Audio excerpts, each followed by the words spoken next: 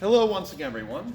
So for this month, because it's up on Netflix right now, and I just literally recently watched it last night, I wanted to go over something a little different for Moveset Breakdowns. We're once again returning to the world of film. This time we're going to be tackling Nathan Algren's moveset from The Last Samurai. Now, it's important to know that there's two different kind of periods of his swordsmanship that happen over the course of the film. There's before he receives any training from the samurai, and then there's after. We're going to focus on before and see what we can parse out about him as a swordsman from the beginning. Then, if this is popular enough, I'll do a part 2 where we talk about how that evolves, because there is some more to talk about there. Really, Nathan Algren is a great example of a character whose choreography evolves with his personal growth, which is really everything that this series is about. And helping me out today is Jake. So, for our first fight scene, unfortunately we don't get any ground combat with Algren's saber. Instead, we only get horse combat, which is not surprising. So let's talk a little bit about his background. So he's a veteran of Gettysburg, a battle in the Civil War, and he's also a veteran of the ensuing wars with most likely both the Sioux and the Lakota, as well as the Blackfoot tribes out in the American frontier. So most likely, the training that he has received has been with probably a little bit with the 1840, and then a lot with the 1860 pattern light cavalry saber, which I have a representation of here. Now, we do know that historically there were quite a few very good swordsmen in cavalry regiments, even American cavalry regiments. But from the looks of things, most of the sword work that Algren has done is purely in a horseback capacity.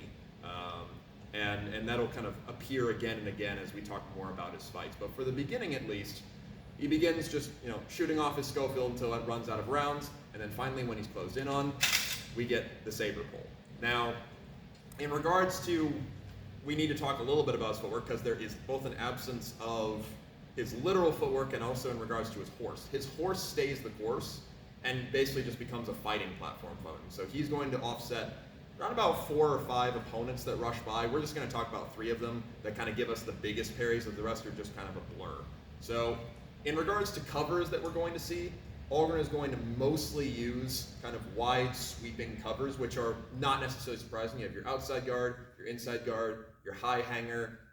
You also have a high hanger on this side. We'll also see, he never does the behind the back sort of cavalry cover, but it certainly would be in his playbook, and he does move through it to deliver a cut, but mostly this is kind of categorized as him just seeing off incoming attacks and then taking a shot or an opportunity as it presents itself. So most of his opponents in this situation are armed with yari, which are long spears they'd be using one hand, whereas Jake, who's currently on horseback, using it with 2 hands just for sake of.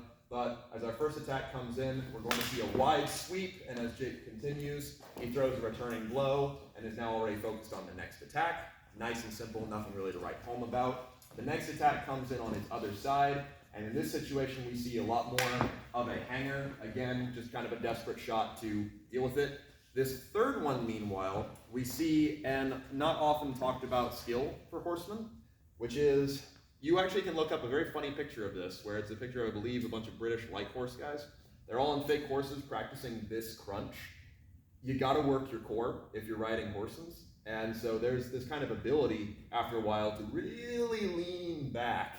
And Algren uses this training to escape a thrust that's kind of coming right up the middle. He knows that he can parry this, but he doesn't know quite how close it's gonna get. And as you see, I didn't really do a huge backbend there, so it almost got me in the face.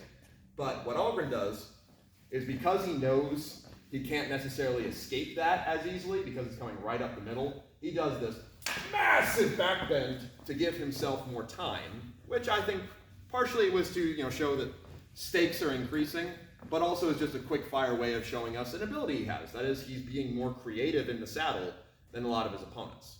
Now, following this, he does get basically body checked by another horse, ends up on the ground, and he loses his saber immediately. So we don't really have a whole lot else to talk about in this context.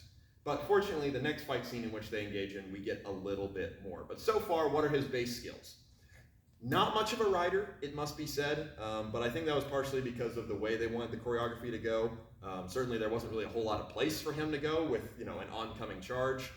But we do see use of pretty standard by-the-book sort of parries and a little bit of creativity with the skills that he has, and we'll be seeing that again and again. But for now, at least, let's go ahead and change our materials and we start talking about the next fight scene. So the next scene we're going to be seeing is later in the film after Algren has been captured. He is living with the samurai for quite a bit, and during this time, he ends up engaging in a little bit of fun, because, why would you not? Basically, the lead up to this fight scene is where he's going to fight against the kind of village swordmaster, as it were. Ujio, I believe is his name. I could be butchering that. It's Ujio, played by Mr. Sanada, who is a wonderful practitioner of kendo. And, well, kendo, kenjutsu is just sort of everything, Japanese sword. You'll see him in a bunch of things. But either way, we get to see a lot more depth into this fight, so I'm going to take my time talking about it just a little bit more. So in this case, we're actually going to be kind of trading roles back and forth as I discuss things. But the setup is we've got Algren, who's, it should be pointed out, on the mend. He isn't actually fully better yet, going up against Ujio. Now, for this first fight, their starting position is actually going to matter quite a bit. So Algren is at a sort of rest position with his sword held very low, versus Ujio steps up and places his sword onto the shoulder and gets very, very close, it should be noted. Now, being the swordsman of the two, like the really good swordsman of the two, I personally think that this was all kind of planned, as in the fight scene kind of just before this, where Algren is playing with some of the kids, we do see him kind of start to show a little bit of his game plan, that being using mostly low half hangers, not a whole lot of footwork, mostly just kind of keeping at distance.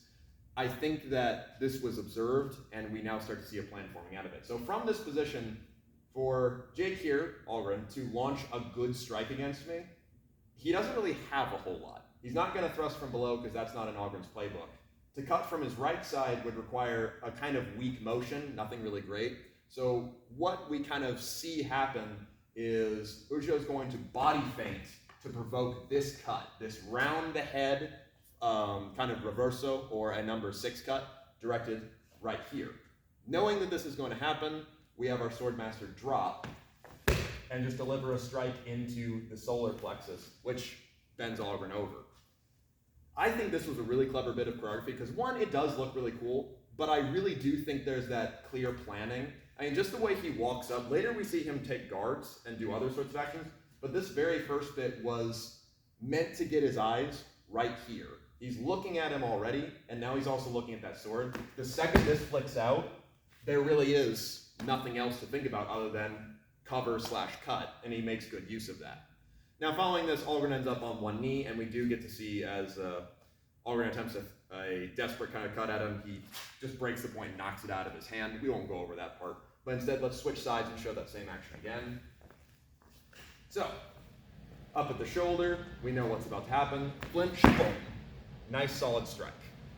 And it should be noted, he gets a little bit closer. I'm kind of lunging. I think he does much more of an overall inward motion, but I don't want to put too much force into Jake here. Now, following this, Algren gets back up. Really annoying when you're trying to discipline someone and they just keep standing back up. This time, we're going to see something a little bit different. So Algren's going to take his guard. And it should be noted, his guard is not particularly strong. Now, mind you, he did just take a pretty hard shot to the gut, but his tip isn't even that high. It's like there. It is a low sort of middle guard, I guess you could call it. He's very forward-weighted. We don't have much in the way of engagement. And it's actually funny how many good habits I'm seeing in Jake right now versus how many bad habits I was seeing in Tom Cruise. But for this, Ujio is going to instead take an actual guard, and we're going to see him exploit Algren's parries. So we already proved that we know how he's going to cut back at us. Now let's start breaking it. So his first action is going to be a real cut from below, which is going to promote an inside half hanger. From here, he's going to carry this up and attack at the next opening, promote an outside half hanger, but this strike won't land. Now, I can't quite tell whether or not Sanada is passing up or if he's staying in place. It doesn't actually matter, but when he gets Algren's guard to move over to the side, he's going to pull down on the pommel and cause instead now for a kesagiri, just a nice pop to the head. So we've got two kiriagi, right, cut from below into a hit to the face, which is just a wicked combo that really does exploit the openings we've got. So we've got real strike, fake strike, real strike. And Tom Cruise just does eat it right on the nose, and that just all kinds of suck. Let's switch sides and we'll show that again. So here's it again. Real strike, fake strike, real strike. Then following this, as Algren is reeling, his sword kind of comes down. No, not reeling. There you go. Just got popped in the face. We do see entry into just a nice Osotogari. He's already bleeding out of his nose. Nothing really to write home about that, but puts him on the ground once again. Hopefully he's done. Oh, he's getting back up again. Okay, we're getting mad now. So now we're going to kind of see the same sort of idea. So far, Algren's way too reliant on his half hangers. If he does defend his head, and this is kind of what he starts to build on, he's going to open himself up somewhere else. So if the first game plan was exploit his bad guard, the second game plan was exploit his bad parries, this third one is going to be exploit his inability to level change. So now, we once again have a much more aggressive attack. We're going to go high first, then we're going to follow through with a real strike from below. Then from here, we're going to have a spinning back kick. So after this parry is met, it's a very wide parry, we're going to step in, or possibly already a foot is in. Again, I am not a kicker. If you've watched this video before, or this series before, you know that kicks are not my specialty. He's going to turn and deliver a nice solid kick right into the middle off of that Kiriage. Following this, we do get an editing jump, but the choreography is meant to be seamless. So we'll go over that again, then I'll kind of show where we go from there. So, real strike, spinning back kick, all the great stuff. Now following this, he doesn't recover. Instead, after landing his kick, he's going to set it out and drop down onto the knee and just go ahead and take out Algren's remaining shin, which causes him to fall to the ground. So here's that whole thing, slightly disjointed, because I think with practice you can do this in one go, but this is kind of hard, especially since, we're going off minimal training here. Real strike, back kick, drop through, and then just brings it back from above once more. Let's switch sides, show that one more time. So, real, kick, down, through, and then back up once more. So, from this, we get some interesting insight, one into both characters, but two also into kind of, Algren is a good fighter, like he's a scrappy fighter, and certainly he's shown that he can survive a battle more than a few times. But in regards to coming up against someone who's kind of planning that extra level, I think it kind of showcases his weaknesses. That being, in regards to how he starts out in the film, clearly well-trained, good cavalry trooper, not much in the way of any real fencing practice, and really overly reliant on those relatively simplistic guards and no deeper game plan. Very used to big sort of cuts out of the saddle as opposed to more centralized cuts. And if I do a part 2 of this, we'll also talk about how that kind of continues to struggle until eventually it gets a kind of a medium place where he can really be happy in his fighting. But for now at least, thank you very much for letting me abuse you, Jake. And thank you all very much for watching. Like I said, if you like this, I will do a part 2 and kind of start talking about how things go on in the rest of the film. But otherwise, thank you very much for watching. And we'll go over some other techniques another time.